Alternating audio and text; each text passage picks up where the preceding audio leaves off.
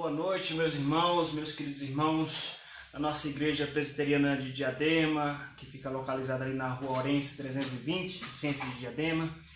Também boa noite aos meus queridos amigos, internautas, os que têm frequentado, ou assistido nossos cultos online.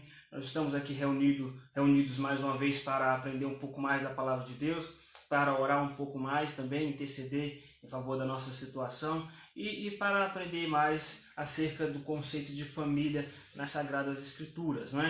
A live de hoje tem como temática, pergunte ao pastor, porque vai ser uma live um pouco mais aberta, no sentido de que nós vamos expor alguns princípios bíblicos introdutoriamente e depois nós iremos abrir para perguntas dos nossos queridos irmãos internautas. Essas perguntas são perguntas direcionadas, perguntas específicas relacionadas à família, perguntas relacionadas à criação de filhos, perguntas relacionadas à questão do casamento, à questão da família como um todo, tá?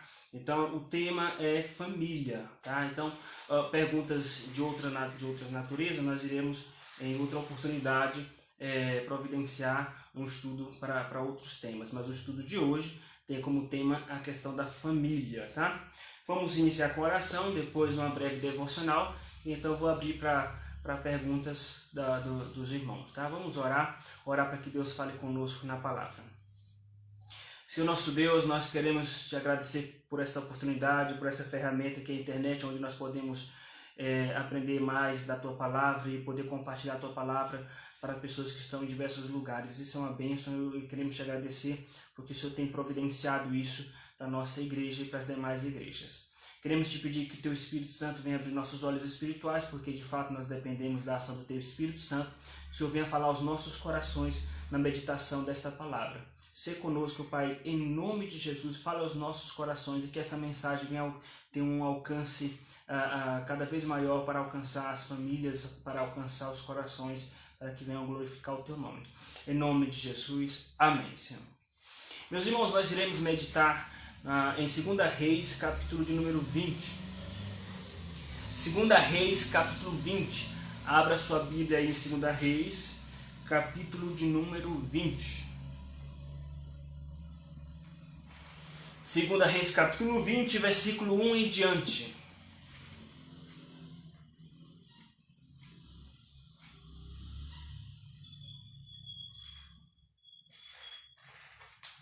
Segunda Reis, capítulo 20, está tratando aqui da história do rei Ezequias, que foi acometido de uma doença, estava passando por uma grande tribulação, e Deus, então, conforta o coração de Ezequias. Então, 2 Reis, capítulo de número 20, versículo 1 em diante. Naqueles dias, Ezequias adoeceu de uma enfermidade mortal.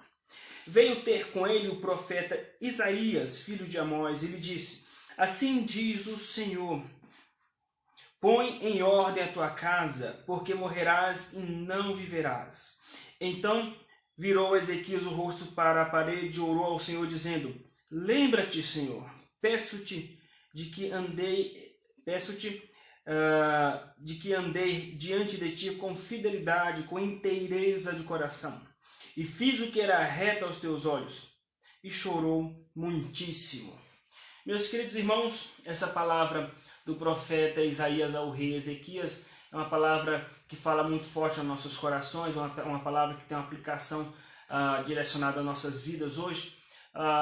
Claro que mudando o que deve ser mudado, o rei Ezequias estava passando por uma luta específica, as lutas que nós enfrentamos hoje têm também a sua natureza específica, mas a aplicação da palavra de Deus para a vida de Ezequias também se aplica a nós. Então, Deus falou para o rei Ezequias: põe em ordem a tua casa, põe a tua casa em ordem, porque morrerás. Porque Ezequias foi acometido de uma doença e Deus então veio trazer essa palavra por meio do profeta de que ele iria morrer, e isso de fato soou como uma situação de muita angústia para o rei Ezequias. Você imagina receber uma notícia dessas. Mas foi uma situação de tribulação, de angústia. Nós também passamos hoje por situações de angústia, situação de ansiedade, situação de lutas, de notícias ruins. Dia após dia vem uma notícia ruim atrás da outra. Uma hora epidemia, outra hora crise econômica iminente. Então, isso nos deixa de fato angustiados, inseguros, com medo. Veja que Ezequias, diante daquela palavra de Deus, Ezequias chorou muito. É claro que nós não estamos ainda no nível da situação semelhante a Ezequias. Ezequias recebeu a notícia de morte, mas nós recebemos notícias de enfermidades, de epidemias, nós recebemos notícias relacionadas à crise econômica. O nosso futuro parece-nos incerto. Isso nos deixa angustiados, nos deixa sem a paz muitas vezes que nós almejamos, porque nós somos crentes, nós somos pai de família, mãe de família, nós somos pessoas que nós temos nossas preocupações também, apesar de que nossos olhos estão no futuro, mas nós nos preocupamos com nossos filhos, com a nossa família, diante de toda essa situação. Então, o que nós vamos aprender com a vida de Ezequias? Põe a tua casa em ordem. O que isso tem a ver com a nossa vida? Vamos pegar o princípio que foi aplicado na vida de Ezequias e trazer para os nossos dias, né? A palavra de Deus para Ezequias, a circunstância de Ezequias é diferenciada, mas a nossa circunstância também é uma circunstância de angústia, de tribulação. A palavra então é certeira aos nossos corações. Primeira coisa que eu vou dizer, meus irmãos, essa palavra é uma palavra para as famílias, mas especialmente para os chefes do lar, especialmente para os cabeças do lar.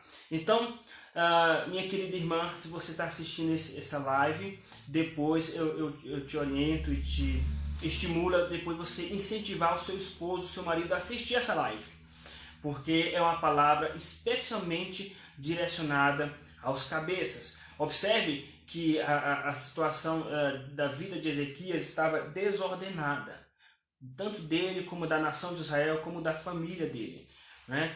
Mas Deus falou com Ezequias, Deus chamou Ezequias para dar aquela palavra, né? Porque ele é o chefe do lar, porque ele é o cabeça, não só da nação de Israel naquele momento, mas também da sua própria casa. Deus trata, quando ele vai tratar de família, ele chama em primeiro lugar o cabeça. Foi assim desde Gênesis. Foi Eva quem pecou primeiro, mas Deus chamou primeiro Adão. Quando Samuel estava diante daquele embate em Israel, sobre escolher Israel, o Deus de Israel escolher outros deuses, ele disse: eu e minha casa serviremos ao Senhor. Então ele tomou a atitude de cabeça, né, o chefe. Paulo nos diz em Efésios, capítulo de número 6, que o homem ele é o cabeça da mulher.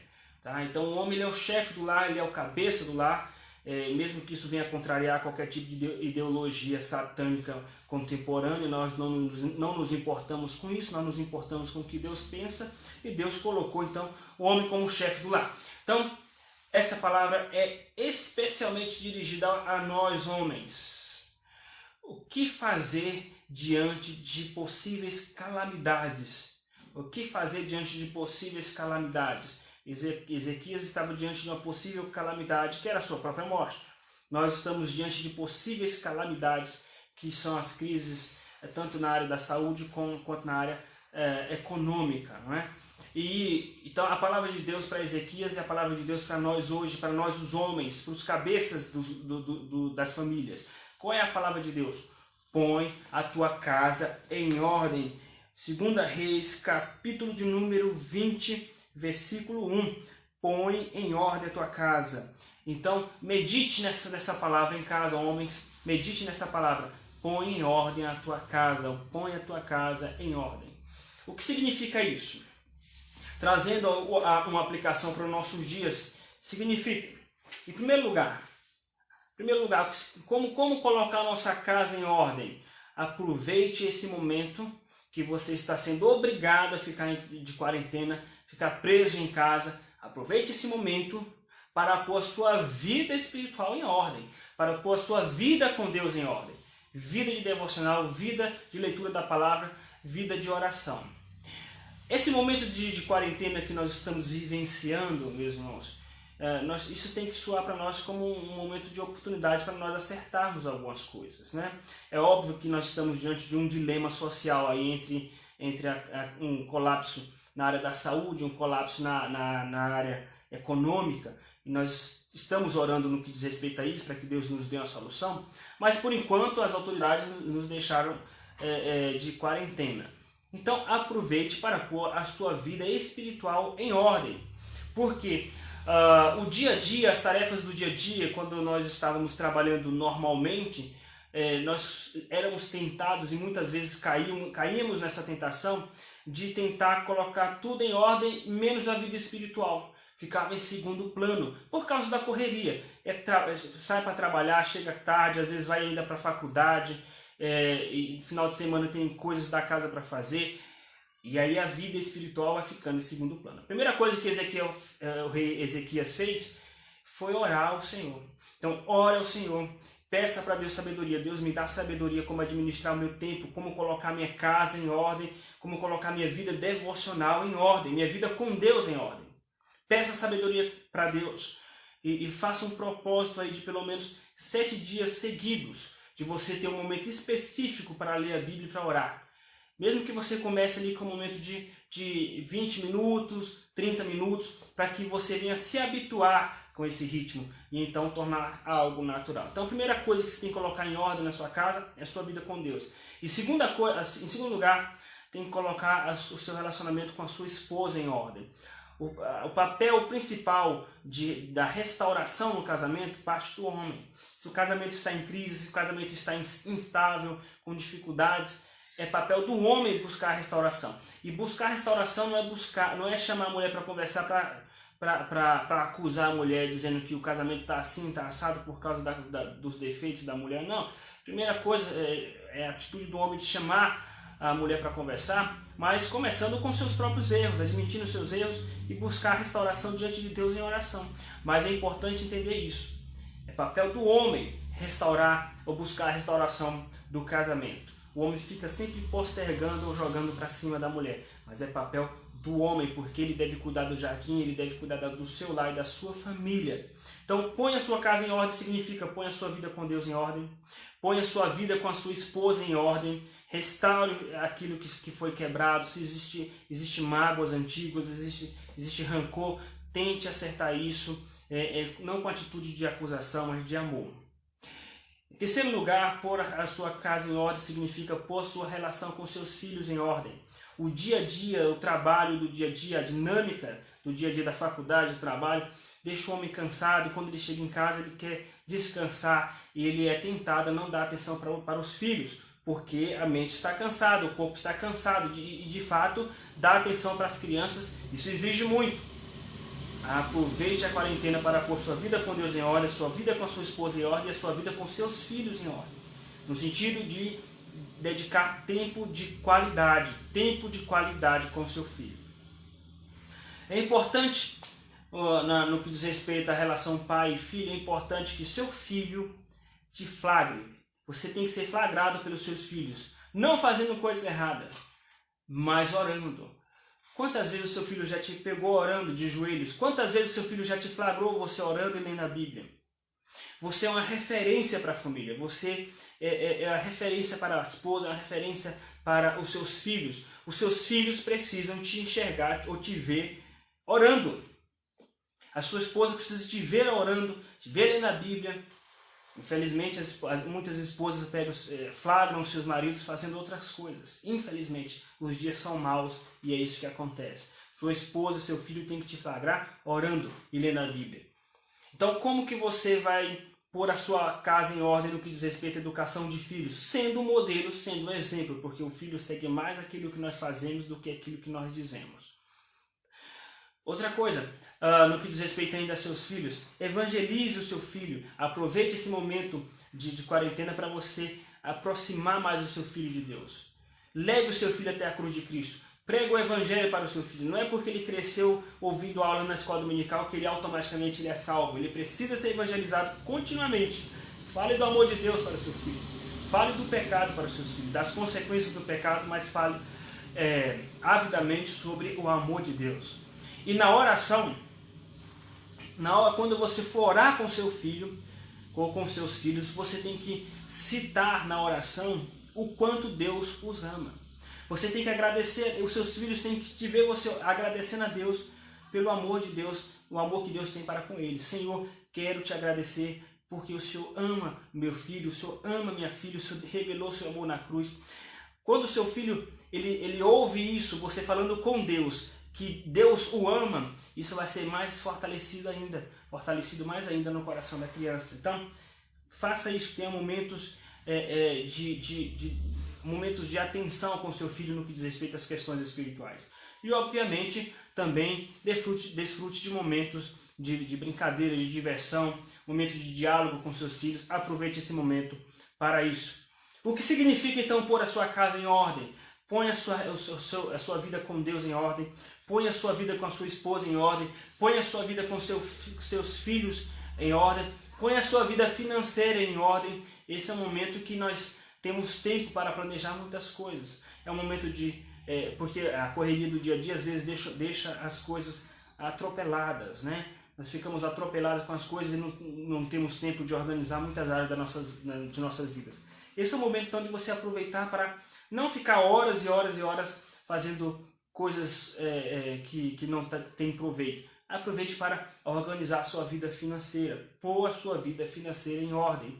Mesmo que você conclua que ela esteja em desordem ou no negativo ou com dificuldades, mas você vai manter o controle, vai trazer o controle para si da sua vida financeira.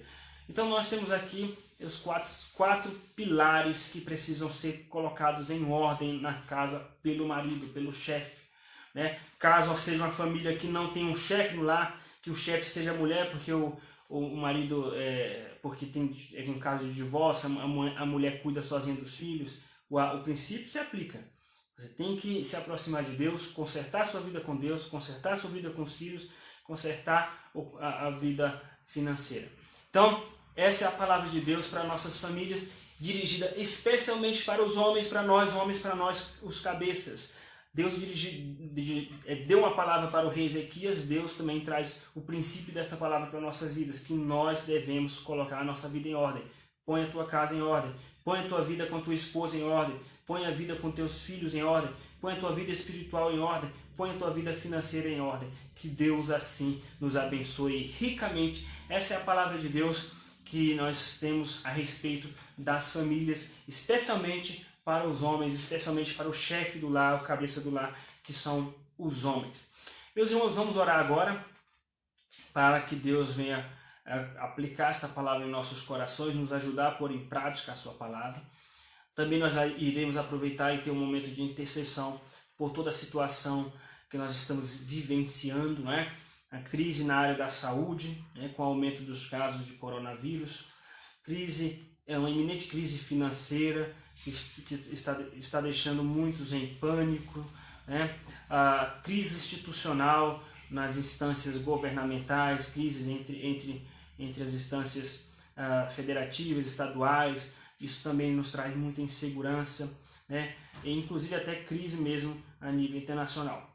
Então nós vamos orar para que Deus tenha misericórdia. Vamos agora colocar diante de Deus essa situação, esses pedidos de oração para que nós de fato venhamos clamar a Deus. Está escrito em 2 Crônicas, capítulo de número 7, versículo de número 14. Se meu povo se humilhar e orar e se converter de seus maus caminhos, eu ouvirei dos céus e sararei a sua terra. Vamos agora orar ao Senhor. Vamos clamar a Deus, vamos nos humilhar diante da presença de Deus, demonstrando em nossos corações, inclusive, a disposição para nos convertermos de nossos maus caminhos, para que Deus de fato venha sarar o Brasil economicamente, sarar o Brasil na área da saúde, para que Deus venha sarar o Brasil na área das instituições. Então a igreja pode fazer isso. A solução para o nosso país não está na mão dos governantes em primeiro lugar, está nos joelhos dobrados, Então a esperança não só para o Brasil, mas para o mundo é a igreja, a intercessão e a oração da igreja. Então vamos orar, vamos buscar a presença de Deus nesse momento em favor dessa situação. Vamos orar, meus irmãos. Senhor nosso Deus, nós nos prostramos diante da Tua santa presença, cumprindo aquilo que diz a Tua palavra em 2 Crônicas, capítulo 7, versículo 14, que nós devemos orar, devemos nos humilhar, e nós nos humilhamos diante da Tua presença, reconhecendo nossas limitações, reconhecendo a gravidade de nossos erros, de nossos pecados. Que o Senhor tenha misericórdia de nós, que o Senhor olhe para nós com um olhar de compaixão, por intermédio do sangue de Jesus, venha nos perdoar de todos os nossos pecados, tanto individualmente, tanto como membro da nossa família, tanto como membro da igreja, tanto como igreja. Nós também te pedimos perdão, Pai, que o Senhor nos perdoe, que o Senhor leve em conta o sacrifício de Cristo e que o Senhor de fato não nos trate segundo as nossas iniquidades, como está descrito no Salmo 103. Que o Senhor venha ter misericórdia de nós e nos perdoar, Pai. Queremos te pedir, Pai, em favor, Pai, do nosso país que está vivendo esse pânico, esse medo, Pai, que o Senhor tenha misericórdia, Pai.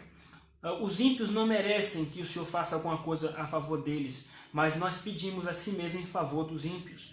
A igreja tem certeza da vida eterna, a igreja tem uma nova cidade preparada para ela. Nós temos uma nova cidade, um novo céu, uma nova terra, onde a tua noiva vai habitar. Ainda que nós morramos, ainda que nós pereçamos, nós temos esperança. Os ímpios não têm esperança.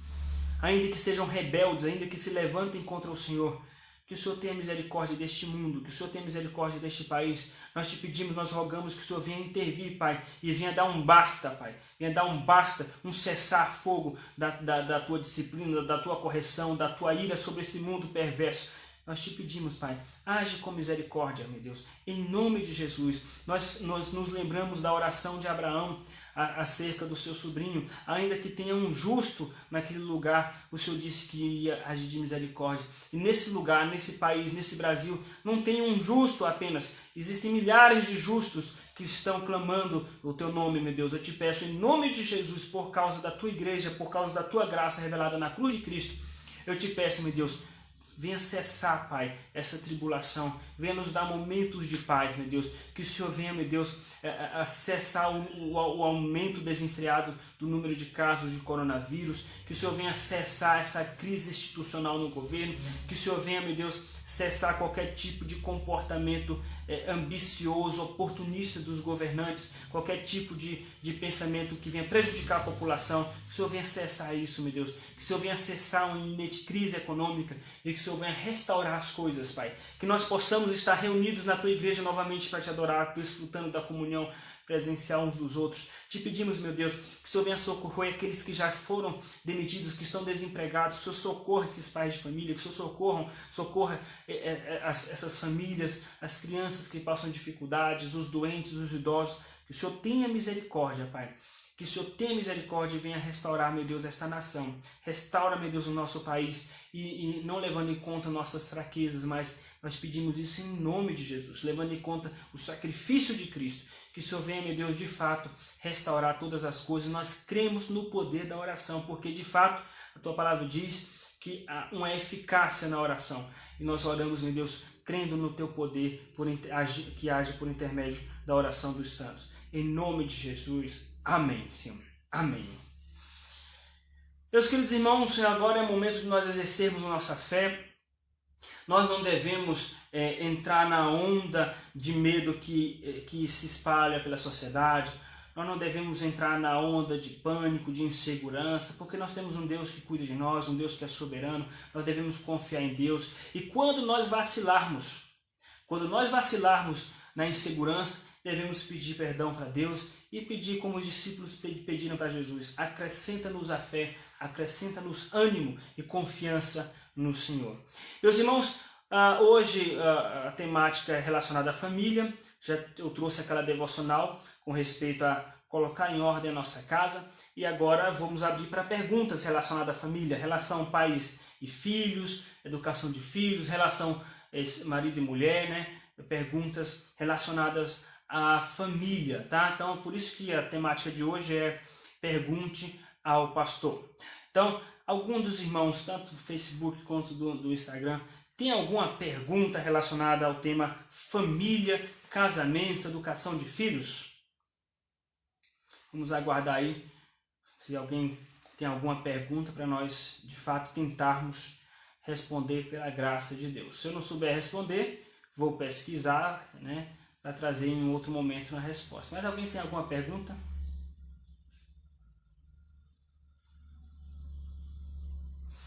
Então temos uma pergunta aqui, né, de um irmão nosso, perguntando o que fazer, né, quando o filho se apaixona por alguém que não é crente, né? O que fazer quando o seu filho ele está gostando de alguém que não é cristão?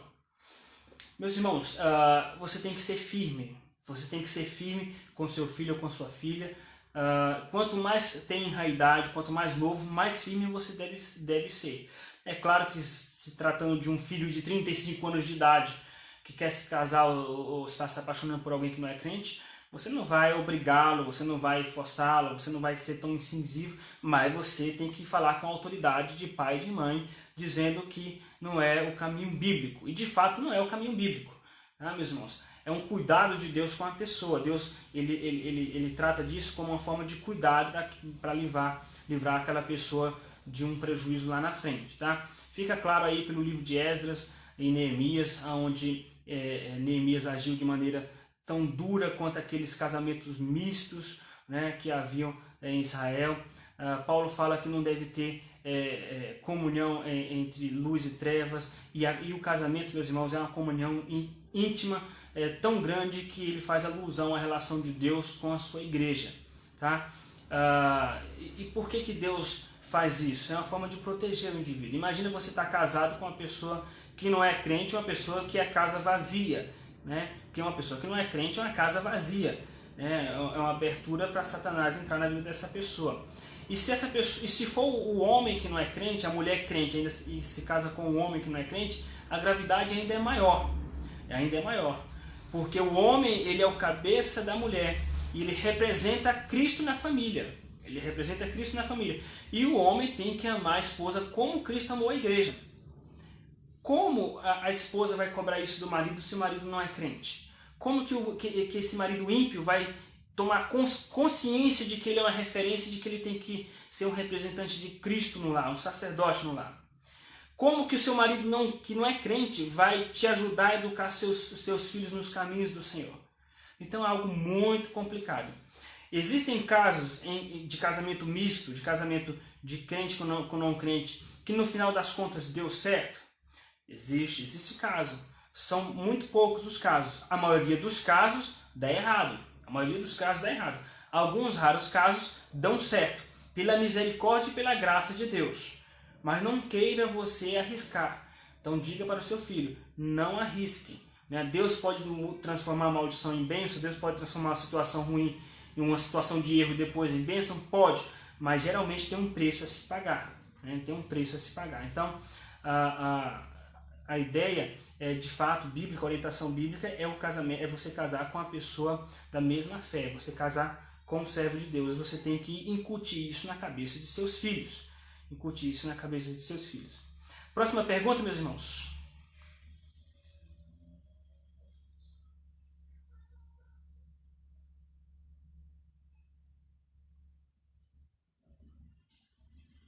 Mais alguma pergunta?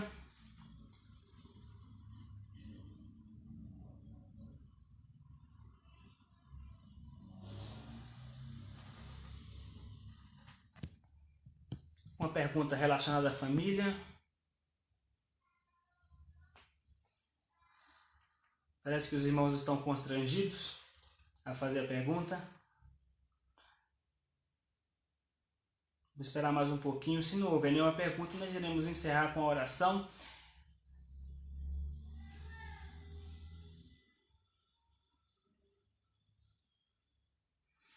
Tem uma pergunta aqui se é correto corrigir o filho com vara. Meus irmãos, é bíblico, né? É bíblico, está escrito em Provérbios para nós corrigirmos os nossos filhos com vara, sim, com disciplina, tá? E essa disciplina física, tá? O próprio Deus ele usa a si mesmo como modelo de um pai que disciplina de uma maneira mais severa. Está escrito em Hebreus capítulo 12, né, que Deus corrige com açoite a seus filhos a quem ele ama, tá? É claro que isso é com amor e não de forma violenta, não de forma que venha machucar a criança ou o indivíduo, de forma a espancar, como existem muitos casos aí. Aí se houver casos de espancamento, de agressão nesse sentido, tem que denunciar o pai para as autoridades, né? Agora, o pai tem não só autonomia diante das Escrituras Sagradas, como o dever de corrigir os filhos com vara. Nós estamos presenciando as consequências de uma geração que deixou de corrigir os filhos com vara, tá? provavelmente é a geração que apanhou com vara quando era criança e agora quis fazer um caminho melhor que os seus pais. Eu não vou bater, eu apanhei muito do meu pai, da minha mãe, agora eu vou educar meus filhos diferente. Existem casos em que a criança não precisa de vara? Existe. São raros os casos, mas existem. Se o seu filho ou sua filha não precisa de vara, dê graças a Deus por isso. Louve ao Senhor por isso, porque é uma graça de Deus, né? Você tem um filho tão comportado que não precisa de vara. Mas no geral, na grande maioria, as crianças precisam sim de vara, tá? Isso vai desenvolver o respeito, isso vai desenvolver o temor, tá? E na verdade é uma forma de demonstrar amor.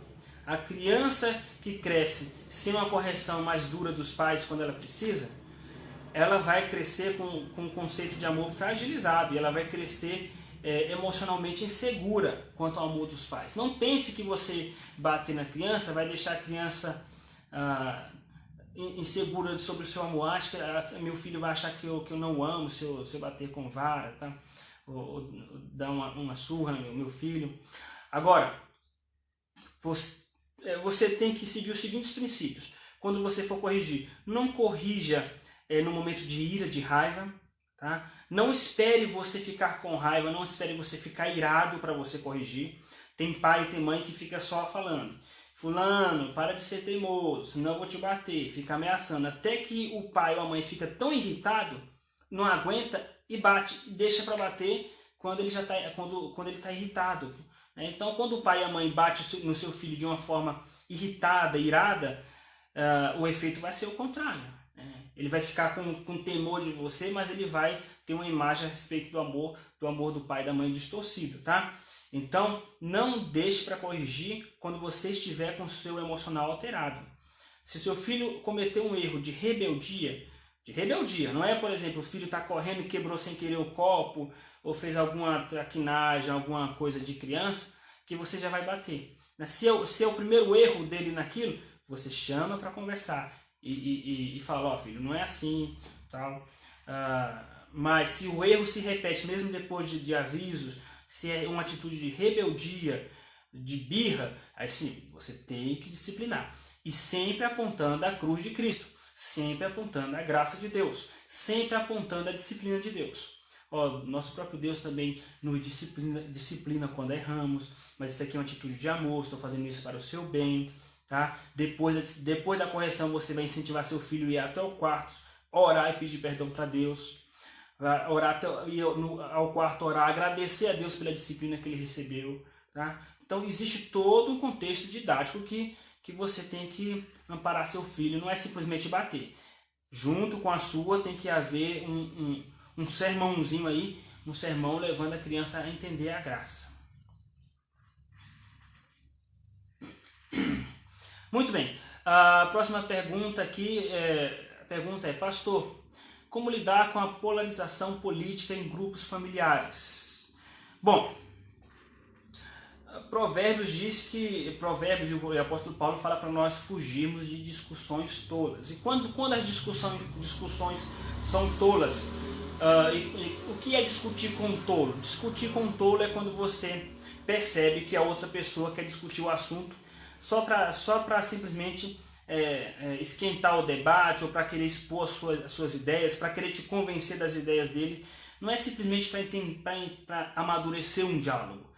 Então, se a pessoa, no contexto da família, a família está reunida, e a pessoa fala sobre de direita, de esquerda ou de alguma questão política, e você percebe que ela está sendo sincera, quer entender o seu lado para chegar a um consenso, aí tudo bem, deixa a discussão correr. Mas quando você percebe que o outro lado é um lado apaixonado, não entre em diálogo, porque na verdade não vai haver diálogo e você, de acordo com Provérbios, vai se igualar ao tolo. Se o outro lado é uma pessoa apaixonada por direita, por esquerda, por partido A, partido B, por político tal, por autoridade tal, então vai ser uma discussão sem fim, um desgaste, a família vai entrar em desgaste, tá? Vai trazer consequências nos laços familiares terríveis por causa de questões políticas, tá? Então, algumas pessoas dizem que política, religião, né, e futebol não se discute, né? Essa é uma premissa muito boba, muito infantil. É claro que se discute. Nós podemos discutir religião, teologia, política, se você estiver discutindo com uma pessoa madura, tá? Uma pessoa madura. Se você percebe que o outro lado é infantil, apaixonado e cego, não tente convencê-lo. Você só vai se desgastar. Mas se você percebe que é uma pessoa madura, então você pode entrar em diálogo. E se você percebe que a coisa está pegando fogo entre os outros e você está só de longe, o mais que você pode fazer é orar. Não tentar interromper o debate, porque como a coisa é muito acalorada e apaixonada, vão ainda te constranger e te machucar. Tá? Mais alguma pergunta? Deixa eu ver aqui por questão de ordem. Tem uma pergunta aqui muito importante. Como um pai que é provedor do seu lar pode descansar em Deus nessas horas? Em primeiro lugar, se humilhando na presença de Deus e admitindo a sua fragilidade. O pai tem que colocar a sua cara no pó e dizer: Deus, eu estou me reconhecendo como um pai frágil, fraco emocionalmente. Eu esperava que eu fosse mais forte, mas essa situação está revelando que eu sou fraco. Fraco na fé, não estou confiando o suficiente. Em segundo lugar, você vai pedir para que Deus de fato te dê fé. Acrescenta-me fé. A fé me faz amadurecer na fé. Tá? E lê muito a Bíblia, porque a Bíblia diz que a fé vem pela mensagem da palavra. Então, quanto mais você lê a Bíblia, quanto mais você se alimenta da palavra, mais Deus vai fortalecendo a sua fé. Mais Deus vai fortalecendo a sua fé. Além disso, aí é o Espírito Santo que vai fazer. Tá? Mas é o que nós podemos fazer nesse sentido. Temos a pergunta aqui também: em que sentido a palavra de Deus é difamada caso a mulher não seja sujeita ao marido? Porque isso é um mau testemunho da mulher cristã. A mulher cristã que não é sujeita ao marido, ela está dando um mau testemunho, está difamando a palavra de Deus nesse sentido, no sentido de distorcer através da sua vida o ensino das Sagradas Escrituras, né? Então tá dando um mau testemunho. É nesse sentido que difama a palavra de Deus. Aí tem outra pergunta aqui: por que no meio reformado é tão pouco tratado sobre a adoção de filhos? Olha, meu irmão, eu não tenho resposta para isso. Eu não sei exatamente por que no meio reformado não se trata tanto sobre a questão de adoção de filhos. Mas o que eu posso dizer é o seguinte, que nos últimos anos, de 10 anos para cá, tem havido muitas conferências e palestras relacionadas à família no contexto reformado. Então, as igrejas reformadas estão começando a abrir seus olhos para a importância das questões familiares, né? Graças a Deus por isso, nos últimos anos para cá. Então, tem livros são escritos, artigos são escritos, palestras, conferências que tratam de família, tá? Então, é possível que logo esse tema de adoção venha à baila. Mais alguma pergunta, meus irmãos?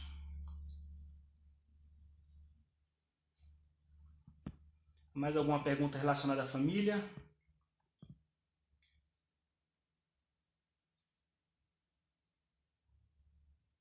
Bom, parece que não temos mais perguntas. Antes de encerrar, gostaria de reforçar nossos avisos sobre as próximas lives. As lives que nós teremos no domingo, meus irmãos, elas acontecerão no mesmo horário das atividades que haviam na igreja. Tá? Então, domingo, 9 horas da manhã é culto, né? Domingo, 9 horas da manhã é o culto matutino. Tá? Às 9h30 começa um culto, na verdade, uma escola dominical para as crianças. Às 10 horas da manhã, escola dominical para os adultos, então vai ser aula de escola dominical para os adultos. 9 horas da manhã, culto matutino. 9h30 da manhã, escola dominical infantil. 10 horas da manhã, escola dominical dos adultos, né? Vai ser uma aula sobre a nossa união em Cristo. E às 18 horas, culto também, culto solene às 18 horas. Nós estamos impedidos de nos reunir presencialmente na igreja, mas nós continuamos adorando a Deus e desfrutando de aprendizado da palavra de Deus. Então, aguardo os irmãos no próximo domingo, tá? E divulgue, compartilhe essa live, porque, de certa forma, é a palavra de Deus que está sendo divulgada. Quero agradecer a presença de todos. Ainda surgiu mais uma pergunta aqui, para não deixar passar batido. Antes de encerrar, vou tentar responder mais essa pergunta. Como administrar a educação dos filhos quando os avós não são cristãos? Eu diria que a pergunta poderia ser também assim: como administrar a educação dos filhos na relação com os avós? Já começa por aí, né? É importante que os pais imponham limites no que diz respeito à educação dos seus filhos na relação com os avós. Os avós podem desfrutar dos seus filhos, dos seus netos, né, para brincar, se divertir, estar juntos, desfrutar de comunhão, mas a educação pertence aos pais. Os pais que educam. Isso não importa se os avós são crentes ou não. A educação dos filhos é dos pais. E se os avós estiverem interferindo, né, naquilo que os filhos devem comer ou não comer, aquilo que os filhos devem assistir ou não, aquilo aonde os filhos devem, qual religião ou não, são os pais que vão dizer, tá? Então cabe aos pais impor limite, tá? Especialmente não o genro nem a nora que tem que falar com os avós, especialmente o filho falar, né? O filho ou a filha e falar, não o genro e a nora e falar com os avós para não causar um mal-estar, né? Mas tem que impor limite, porque Deus vai cobrar dos pais a educação dos seus filhos, tá bom? Muito bem, o Danilo está falando aqui sobre agressões físicas, nós já falamos, não sei se ele está falando com respeito aos filhos, né? Se for no que diz respeito à esposa, quando a Bíblia fala sobre ser submissa ao marido, a Bíblia diz, seja submissa em tudo ao marido. É claro que no que diz respeito à agressão, isso não entra em questão. Se o marido agredir sua esposa, o que tem que fazer? Tem que denunciar o marido, tem que denunciar para a delegacia da mulher, não tem outra saída, né? Porque é algo muito sério e a igreja não apoia, pelo contrário, a igreja é muito crítica e defende o bem-estar físico de ambos. Então, se houver agressão física no casamento, imediatamente tem que acionar as autoridades, né? Essa é a minha opinião, tá? Porque quando chega nesse nível, eu entendo que só o diálogo não vai resolver. Só o diálogo, seja o diálogo pastoral, etc., vai resolver, o caso vai ser recorrente. Então, quando chega no ponto do marido agredir a esposa, mesmo que tenha uma reconciliação através de uma intervenção pastoral, dificilmente não vai se repetir o caso. Então, cabe às autoridades tratar disso, porque é uma questão muito séria, tá? Muito séria. Meus irmãos, que Deus os abençoe. Foi uma alegria muito grande estar diante de vocês virtualmente, novamente, né? Ver os queridos irmãos aí digitando, os irmãos da nossa igreja, outros irmãos queridos. Que Deus os abençoe ricamente. Então, domingo nós temos o culto às 9, escola dominical às 9h30 para as crianças, escola dominical para os adultos às 10, culto às 18. Na próxima terça-feira às 18 teremos reunião de oração, na próxima terça-feira às 18. Na próxima quarta-feira às 18 nós daremos continuidade ao estudo do livro de Apocalipse, tá bom? Então, aguardo vocês, que Deus os abençoe ricamente. Uma boa noite a todos.